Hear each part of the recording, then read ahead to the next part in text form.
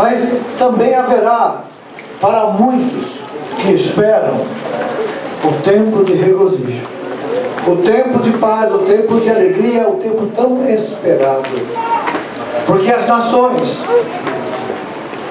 elas estão se colocando em posição de rejeitar a Deus e a sua palavra, por causa dos seus atos, dos seus pecados, por causa da vida que vai contra os ensinos e os propósitos de Deus para o homem. Eles de alguma forma estão tentando eliminar a Deus da consciência do homem. A palavra de Deus no dia a dia, nos lares e famílias, proibindo nas escolas, proibindo se falar certos trechos da Bíblia que venham a ofender certas áreas da sociedade que optaram por viver de uma forma em desacordo com a palavra de Deus. Então essas partes da Bíblia estão sendo proibidas de serem propagadas, de serem faladas, para não ofender essa parte das pessoas da sociedade que resolveram sair fora da presença de Deus, rejeitar os ensinos do Senhor.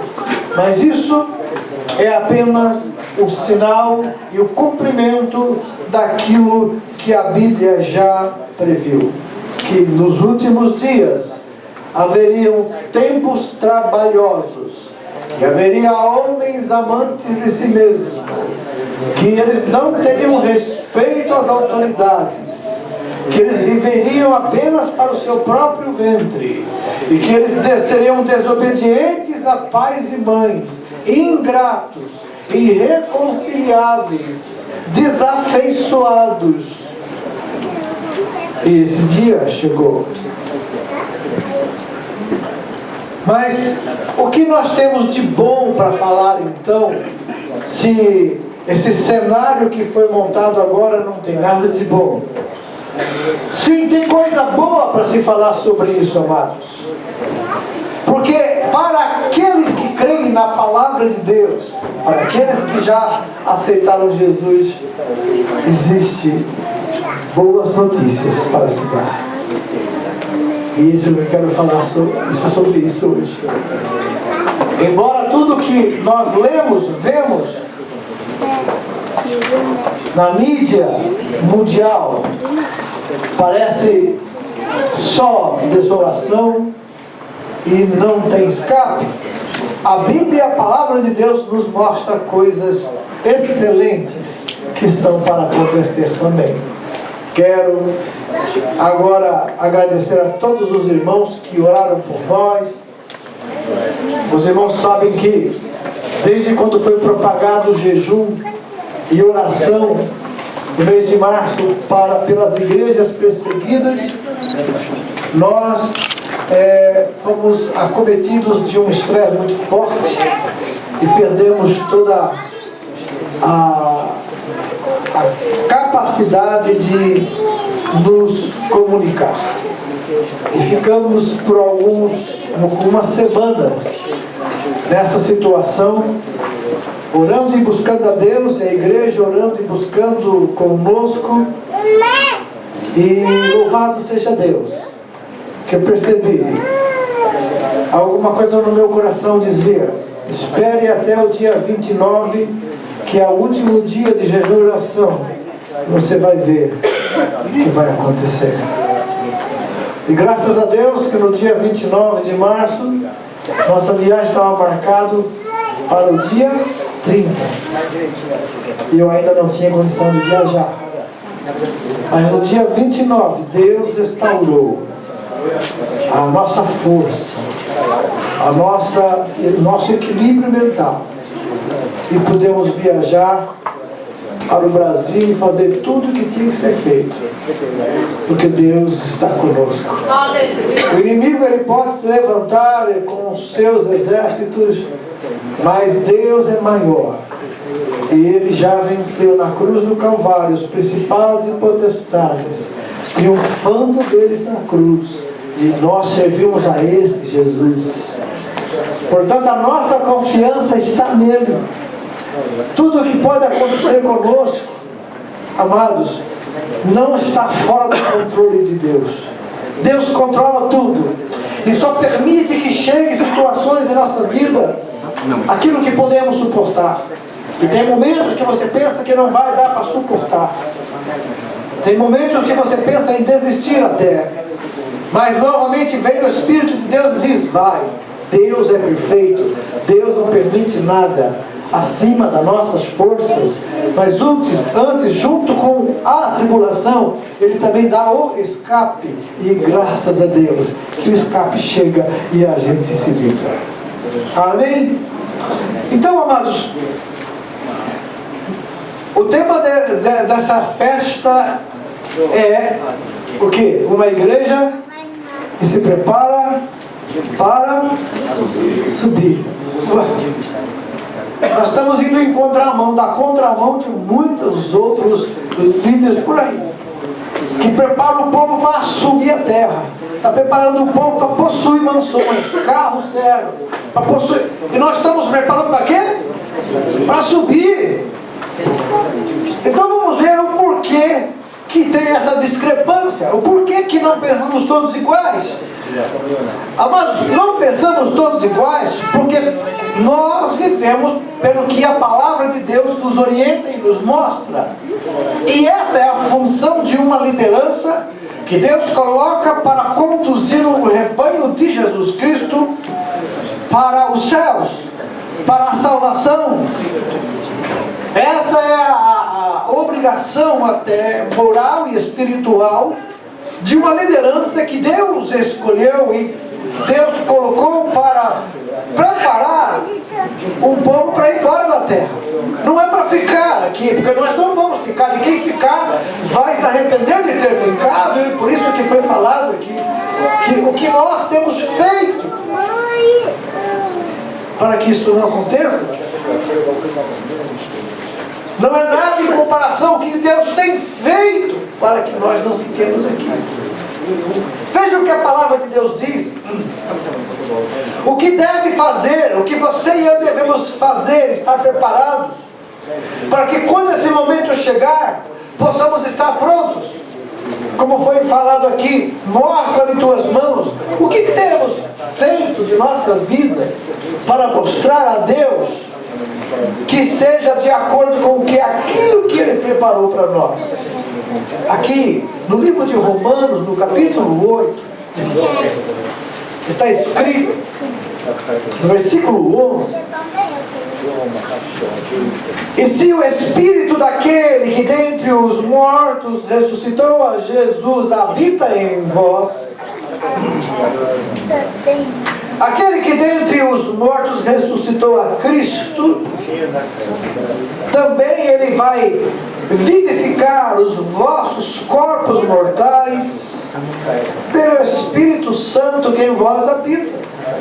Então a primeira coisa que deve acontecer com aqueles que professam Jesus Cristo em sua vida, se você ainda não o professou, não o convidou para que Jesus entre em sua vida ou salve tua alma, você pode fazer isso hoje.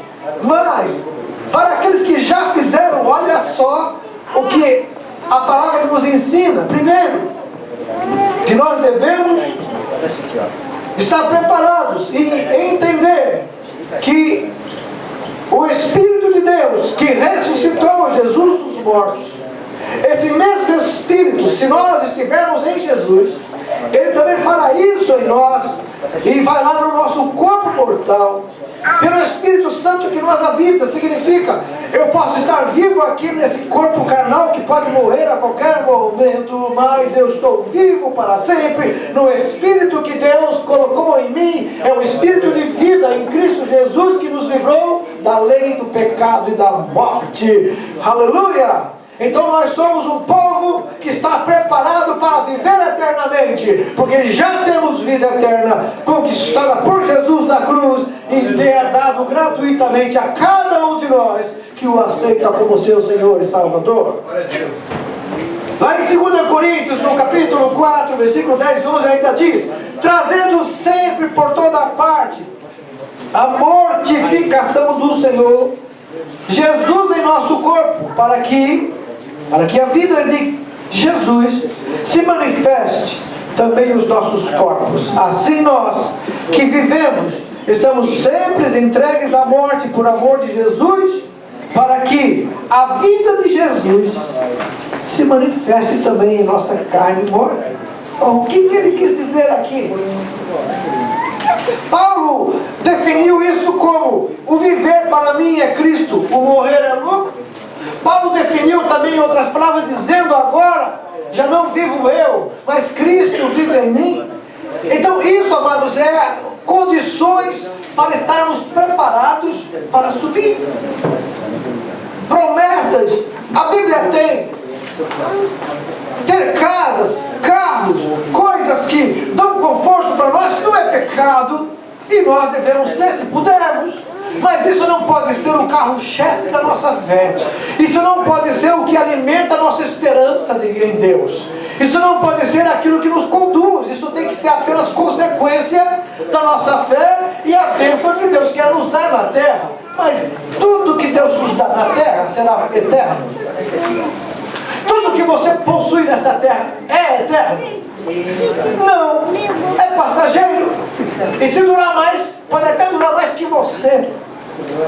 A gente morre, a casa fica aí, carro fica, coisas ficam, mas também são perecíveis, também são passageiros. Então o que nós devemos pensar?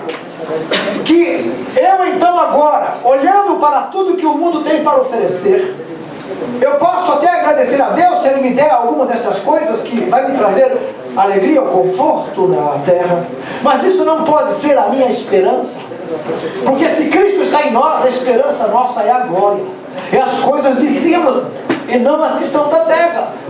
Então o engano é esse, não é que Deus não pode nos abençoar, ou que nós devemos viver uma vida reclusa, no sofrimento, escolhendo a pobreza como vida para provar que somos de Deus. Não!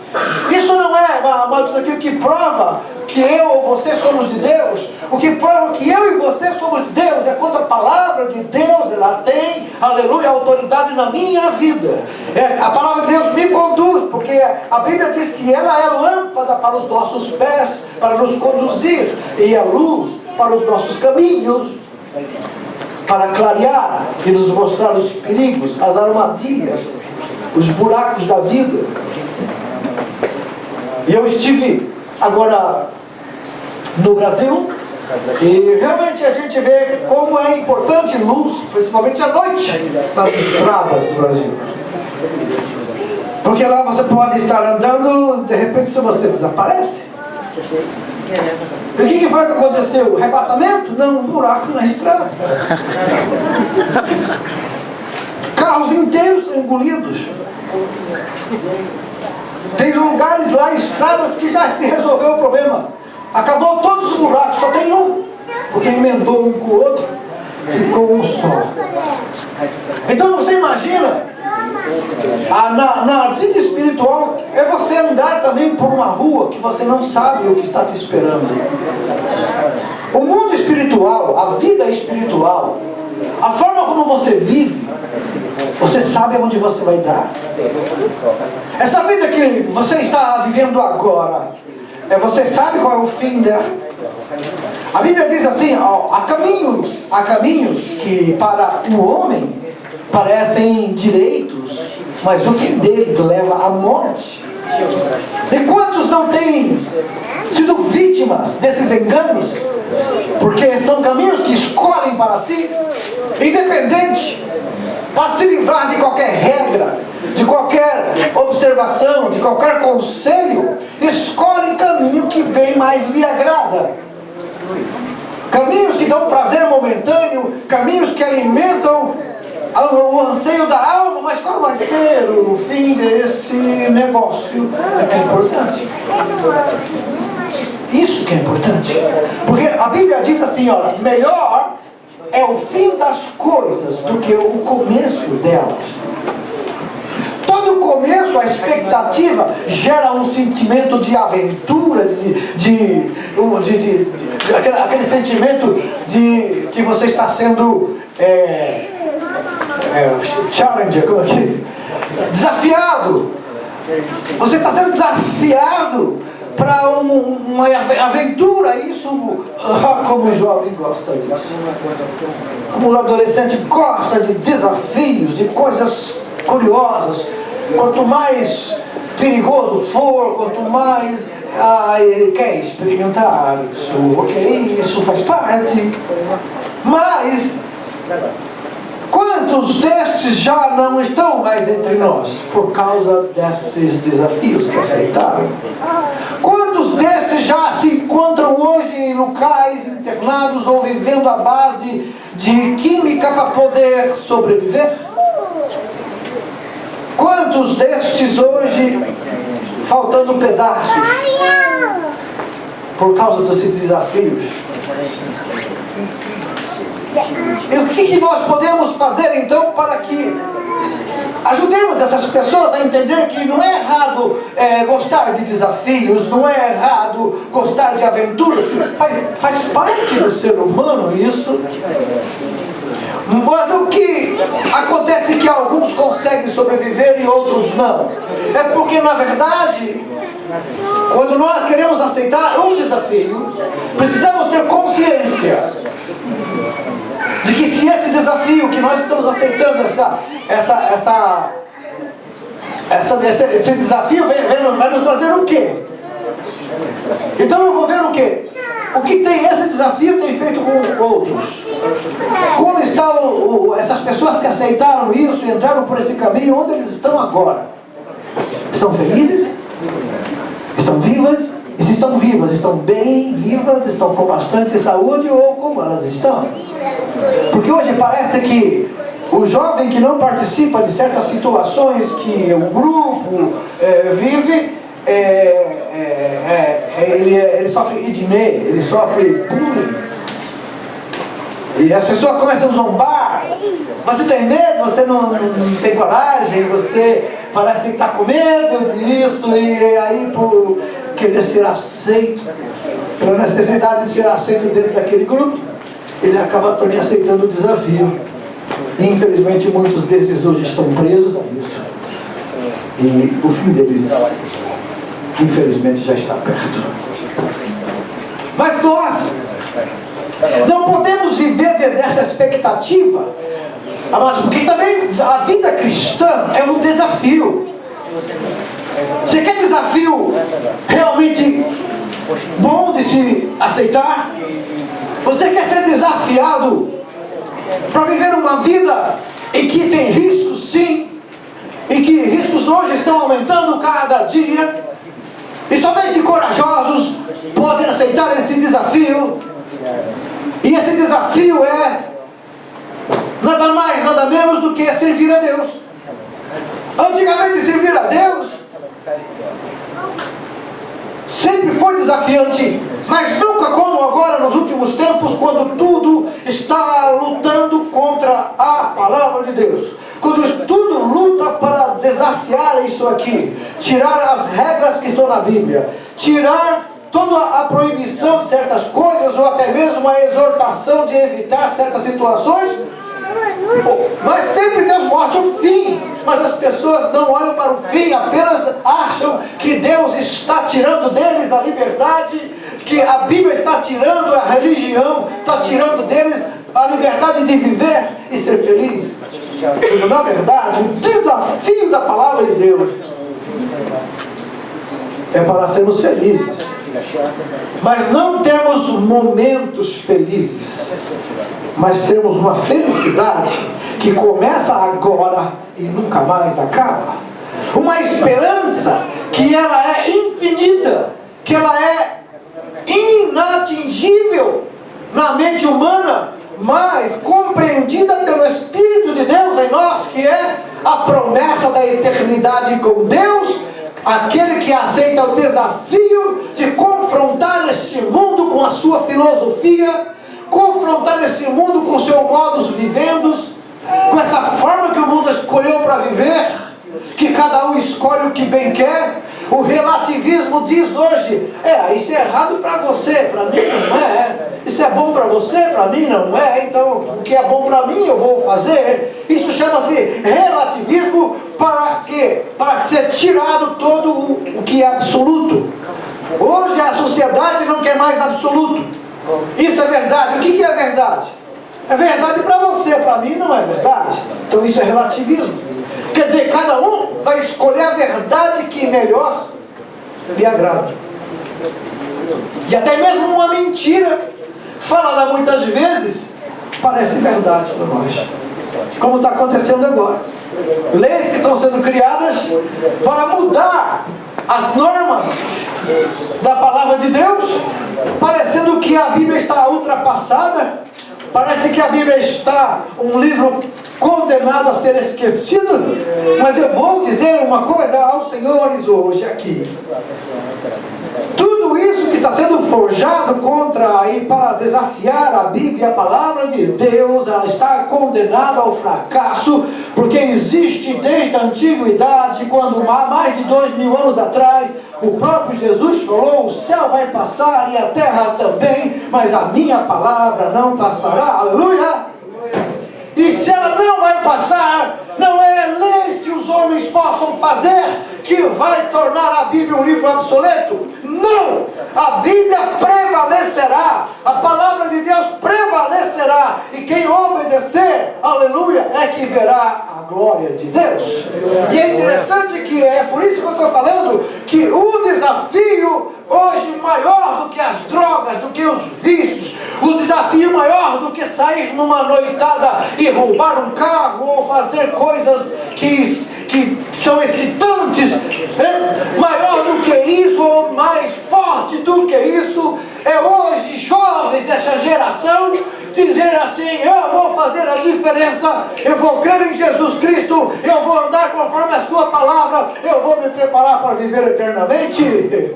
É um desafio, porque todos que olhar para você, que levam uma vida anterior diferente, vão dizer: ei, o que aconteceu com você? Olha lá. E a zombaria vem, o escarnecer, e até mesmo, é interessante, um jovem do MMA se converteu a Jesus. E ele era também homossexual. E ele disse: orem por mim, porque vocês não sabem, não têm ideia o que eles fazem com uma pessoa como eu quando rejeita essa vida. Vocês não têm ideia do que vão fazer comigo. Orem por mim. Porque ele estava mudando de vida, resolveu sair daquela situação, sair daquele meio, se converte a Jesus. Sua vida agora vai ser guiada pela palavra de Deus. Mas eles dizem: não vai ficar assim. E ele estava pedindo socorro, oração à igreja, porque podia ser morto. Mas ele falou: eu não volto atrás. Agora eu descobri a vida. E mesmo que eu morra nesse corpo, eu sei que eu vou viver eternamente. Antes eu tinha tudo, eu tinha até fama, mas eu não tinha paz na minha alma, eu não tinha sossego no meu coração, eu não tinha esperança no futuro. Hoje eu tenho esperança de um futuro eterno, eu tenho uma paz que o mundo não pode dar. E ele disse: eu estou disposto a morrer por causa dessa fé. Interessante que nós, para estarmos preparados para isso, amados, só é possível quando adquire um novo poder íntimo, isso é, um novo poder que vem de dentro para fora. As coisas, o dinheiro pode dar poder, posições podem dar autoridade e poder para as pessoas, mas nada é maior e mais poderoso do que quando alguém tem um encontro com Jesus Cristo e aquele poder vem de dentro para fora. É um poder que tira o medo da morte, é um poder que tira o medo das coisas que podem acontecer, é um amor que tira o ódio do coração por pessoas, é um amor que vai tirar o desejo de vingança, é um amor que nos faz dar tanta paz, que eu penso até na paz do meu inimigo. Aonde tem isso? Somente na palavra de Deus. Por quê? Porque nós temos um novo Senhor. Quando você crê em Jesus Cristo, você passa a ser uma nova criatura. E essa nova criatura agora, ela vai ter um comando. Ela vai ter alguma coisa que vai orientá-la.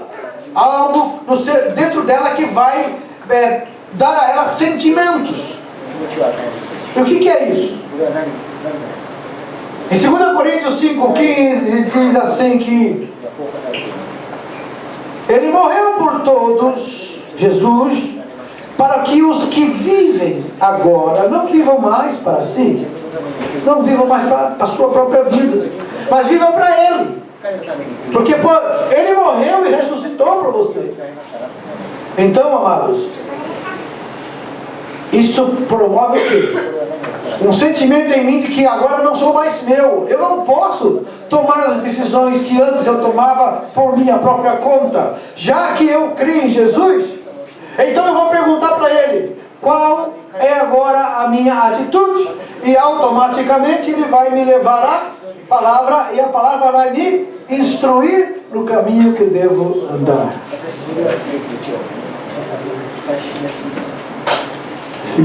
Terceiro, quando você tem um encontro real com Cristo, a sua vida muda, a sua esperança também. Você tem agora um desejo de eternidade, você tem uma eternidade em você.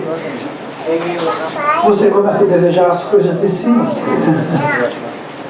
Você se surpreende que de repente você percebe que tudo aquilo que você ansiava nesse mundo não é ruim, é bom, mas é passageiro. Quanto tempo as pessoas conseguem segurar uma herança? Quanto tempo a pessoa consegue segurar o dinheiro? E quantos ricos hoje são pobres? Quantas pessoas perderam fortunas inteiras?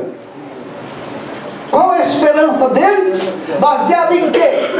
Eles se sentiam fortes, poderosos porque tinham dinheiro. Esses dias atrás até eu vi a entrevista do homem mais rico do Brasil, que agora está devendo. E ele se aparece numa entrevista falando que ele era o mais rico do Brasil e ia ficar mais rico ainda. E hoje ele está pobre e devendo. Quer dizer, que tipo de desafio que ele aceitou, e agora qual o desafio que ele tem? O desafio maior dele agora é conseguir sobreviver. Então, quando a Bíblia nos mostra que, na verdade, eu vivendo para Deus, Ele vai ser o responsável por mim, então o problema é dele. Eu estou servindo a Ele. Ele sabe da minha necessidade, Ele conhece o meu problema, Ele sabe das minhas fraquezas, mas Ele vai me conduzir pelo seu Espírito Santo. É um poder maior do que o meu, é um poder maior do que da minha alma, que está em mim, que vive em mim, e que me orienta, e que me ordena o caminho, e que mostra para mim as dificuldades. E Ele, mais do que isso, traz uma paz interior que jamais é experimentada nas religiões. Uma paz interior, que é essa que na verdade é a mais buscada por todos os homens. Paz. Quantas pessoas, amados, têm tudo, mas não têm paz? Tem dinheiro, tem acesso a todas as coisas que quer, mas falta paz. E que adianta se a paz não está em mim? A segurança e a certeza que é uma paz que não somente te dá a paz para viver essa vida na carne, também uma paz que dá para viver a vida depois dessa carne. A maioria das pessoas e das religiões acreditam numa vida após a morte, de formas diferentes, mas acreditam. A Bíblia fala que existe uma vida após a morte, e essa é a eterna. Só que dependendo da escolha que fazemos aqui, nesse mundo enquanto vivos, é que viveremos ou com Cristo na eternidade da glória, ou sem Ele na perdição eterna, mas todos vão ter uma vida eterna. Quando Jesus queria elucidar essa curiosidade da mente humana, ele falou sobre esses lugares, que são o lugar dos mortos. Ele disse: havia um homem rico, e vivia esplêndida e regaladamente, e também havia um mendigo que mendigava na mesa desse rico. E um dia Lázaro morre e é levado pelos anjos para o seio de Abraão. E o rico também morreu e foi sepultado. E lá onde estava o rico, ele olhou para cima e viu Lázaro no seio de Abraão, num lugar de paz e tranquilidade, e gritou: Pai Abraão, pede que Lázaro molhe a ponta do dedo na água e me refresque que a língua, porque aqui o sofrimento é grande. Abraão respondeu: Filho, lá na terra você teve tudo o que você quis e escolheu. Lázaro não teve. Agora ele é consolado e você é atormentado. Mas pai Abraão, eu tenho 5 irmãos. Manda que alguém então vai lá e fale para os meus irmãos para sair dessa vida longe de ti, para que não venha para esse mesmo lugar que eu estou. E aí Abraão disse: olha, lá tem Moisés e os profetas, que ouçam, e se ouvirem, virão para cá. Se não ouvirem, estarão condenados. E foi essas mesmas palavras que Jesus falou: ide por todo o mundo e prega esse evangelho. Evangelho significa boas novas de salvação. Ele disse: fale dessa palavra, fale desse evangelho. Aquele que crer em mim, esse será salvo.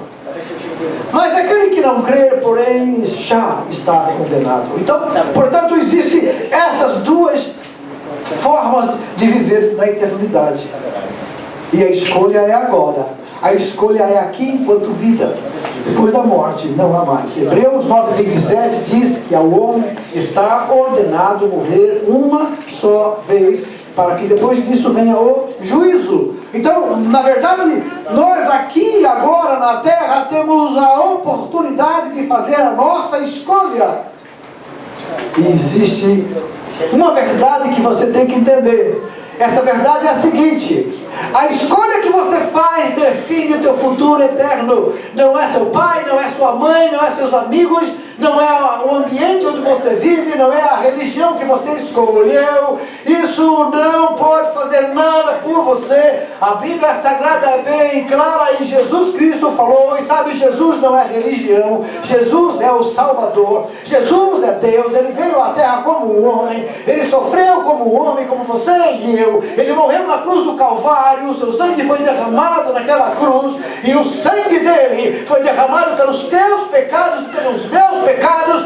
Mesmo que você não o aceite, mesmo que você nem se interesse por ele, ele já fez isso por você. Ele já morreu pelos teus pecados. Ele ama você e ele quer que você um dia reconheça que ele é Senhor, é o Filho de Deus, o aceite como Salvador, para que todos os teus pecados sejam perdoados, tirados, e você se torne uma nova criatura. Para quê?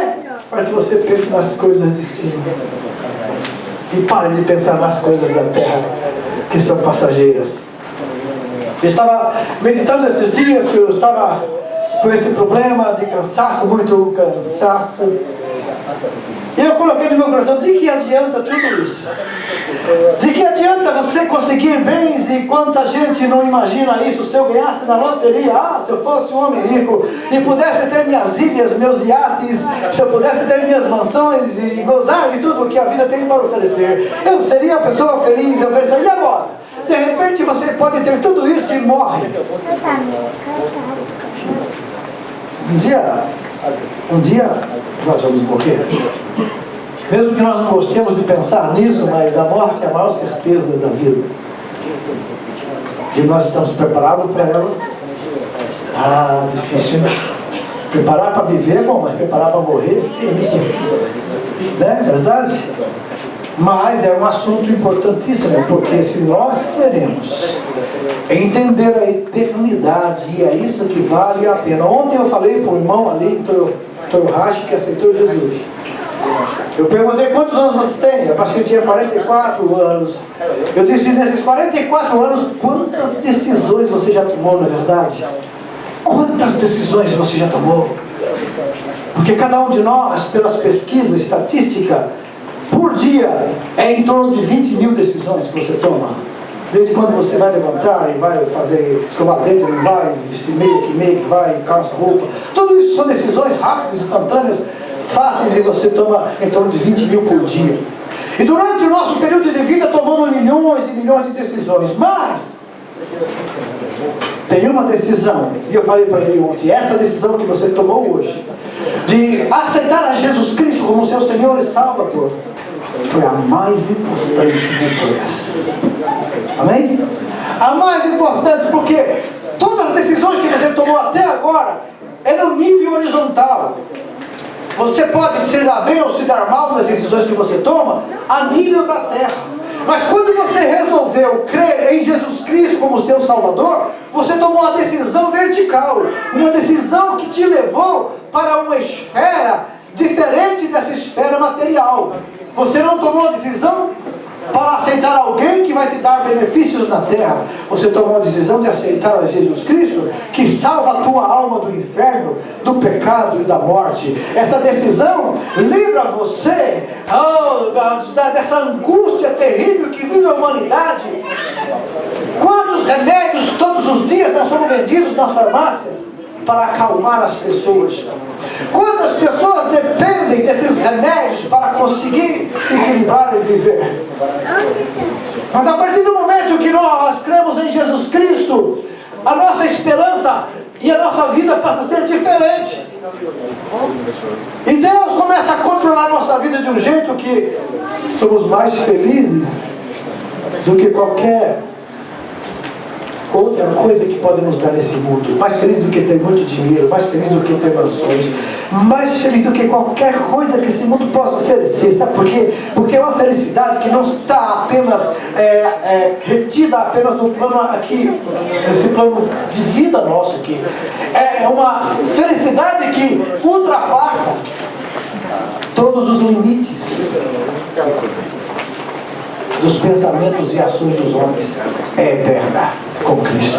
Por isso, amados, é que nós devemos ter desejo pelas coisas de cima. Por quê? Por que desejar as coisas de cima? Você nem viu, nem sei como é que é. Porque elas são eternas. Elas não mudam, elas não acabam. Porque, amados, nós podemos fazer isso.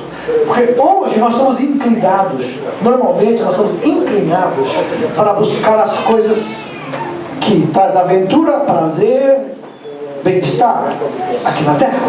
E nós buscamos trabalho, trabalhamos muito para ganhar dinheiro, para poder depois comprar coisas que nós queremos comprar e ter um nível de vida que seja um nível de vida razoável para nós e nossa família.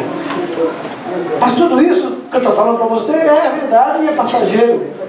Mas quando nós temos uma inclinação para as coisas que são de cima, aí fica diferente, porque agora eu vou ter as mesmas inclinações para as necessidades diárias, mas a minha alma vai estar voltada para as coisas dos céus. Eu vou fazer tudo aqui com tranquilidade, sabendo uma coisa: Deus vai me dar tudo o que eu preciso. Esse é o fator mais importante que você tem que entender, meus irmãos. Deus vai dar tudo o que você precisa. Em Mateus capítulo 6, Jesus falou sobre a ansiosa solicitude da vida, isso é, as necessidades: comer, beber e vestir. Mas se o Pai Celestial sabe que você precisa disso, mas aí ele vem na contramão, Jesus vem na contramão do racional humano. Ele fala assim: busque em primeiro lugar o reino de Deus e a sua justiça, e essas coisas, comer, beber, vestir, Deus vai acrescentar para você. Sabe o que é isso? Priorize Deus na sua vida, Dê a Deus o lugar devido no seu coração, no seu lar, e Deus vai te abençoar tanto que você vai ter em abundância sempre. E Ele não promete que vai dar tudo o que você quer. Ele vai estar dizendo que vai dar tudo o que você precisa. Às vezes nós queremos, mas o querer nosso não é o que precisamos. E Deus garante o que você precisa. Por isso não se iluda com Deus. E depois, viver com a mente nas coisas dos céus. Lá em Efésios, para terminar, capítulo 2. Versículos 5 e 6 diz assim: estando vós ainda mortos em nossas ofensas, nós ainda mortos nas nossas ofensas, nossos pecados, Ele nos deu vida juntamente com Cristo, pela graça sois salvos, e nos ressuscitou juntamente com Ele, e nos fez assentar nos lugares celestiais em Cristo Jesus. Dessa forma, estaremos preparados a qualquer momento, quando a trombeta soar. Jesus não vai pisar na terra, Ele vai ficar nas nuvens. Os mortos que morreram na fé em Cristo ressuscitarão. O mundo não vai ver isso, fisicamente não vai ser visto. Nós, os que estivermos vivos, servindo ao Senhor, com as mãos apresentando a Ele, seremos transformados numa metamorfose instantânea e desapareceremos. Até parece a história de carochinha isso, mas está na Bíblia.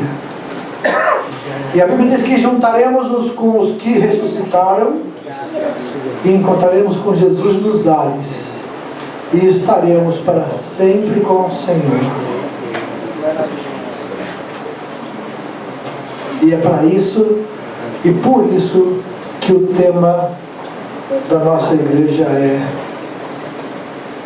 uma igreja preparada para subir, para ser arrebatada.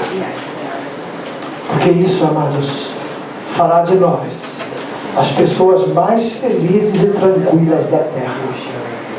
A pessoa, homem e mulher, que conhece Jesus, que já o tem como seu Salvador e aceita Ele como seu Senhor, para conduzir na sua vida, reconhece Ele como o Senhor da palavra que deixou para nos encaminhar. Certamente estamos prontos. A qualquer momento que Ele voltar, e pode ser hoje, pode ser amanhã, e pode demorar, não sabemos, mas a qualquer momento essa igreja pode estar desaparecendo na terra.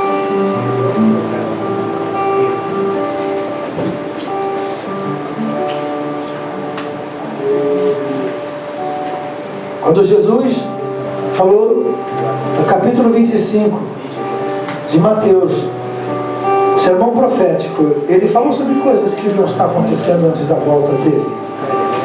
E uma das coisas que ele falou é muito importante. Ele disse que aquilo que o profeta Jeremias tinha dito antes, que Deus, assim como Ele espalhou o seu povo por toda a terra, iria juntar de novo o Estado de Israel. Em 14 de maio de 1948, se reuniu de novo como Estado, um milagre que as nações reconheceram, porque era impossível. Depois de quase 2000 anos longe, eles voltaram com a mesma língua, com o mesmo costume, é a mesma raça, o mesmo povo, o povo de Israel. Porque a Bíblia, 2000 e poucos anos atrás, já falava sobre isso. 2600 anos. Aconteceu um milagre que o mundo dessa geração está vendo. Até o ano 1900, o homem andava a cavalo e tudo era tão difícil.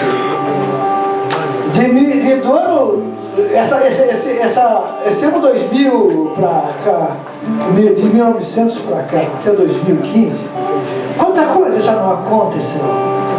Hoje, você tem os seus aparelhos celulares, os nossos computadores, que hoje são relógios, e são computadores. Quando começou a surgir, ocupava 3 andares de um prédio, de um edifício. Hoje, aquele computador que ocupava 3 andares de um prédio, está no meu pulso, no seu pulso, se você quiser. Então, a Bíblia diz, a ciência iria evoluir muito rápido. O homem andava a cavalo, de navio. Hoje ele anda de supersônico, jato. A ciência se multiplicaria, ele disse. E o profeta Zacarias falou de uma praga que iria existir, que as pessoas estão de pé, o olho ia cair da órbita e a língua cair da boca, e ele ia se derreter. Quando aqui no Japão a bomba atômica explodiu, lá em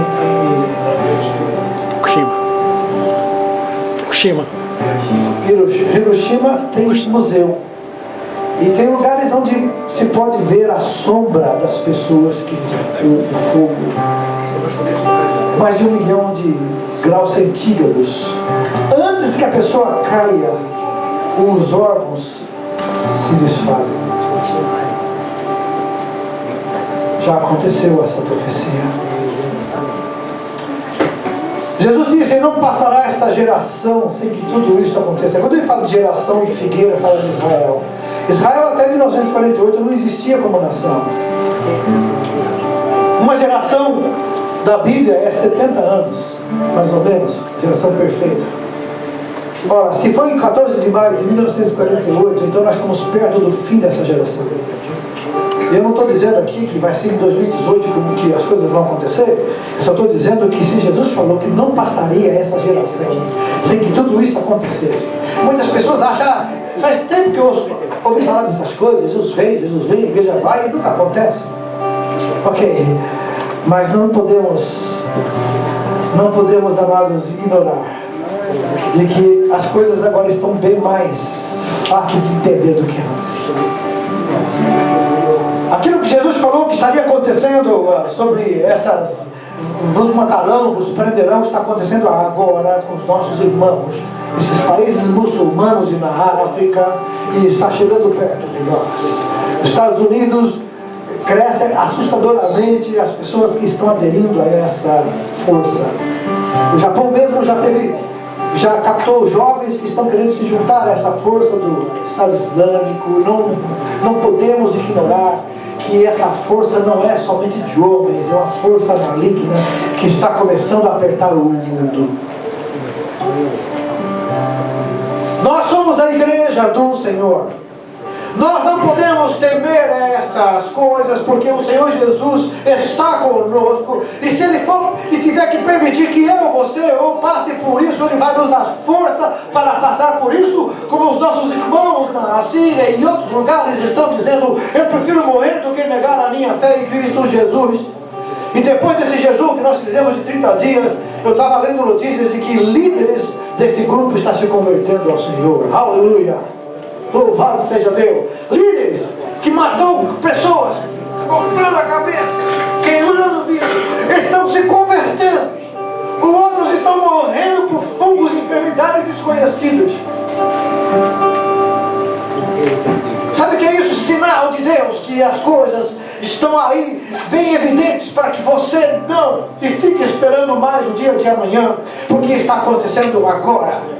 E se você é um homem, uma mulher, um jovem que pretende ter uma vida boa e viver eternamente, então eu digo a você, aproveite hoje e diga, eu quero viver essa vida, eu quero esse desafio de viver, porque é muito fácil aceitar o desafio dessa geração que está aí. Um desafio em que vai se drogar, vai se prostituir,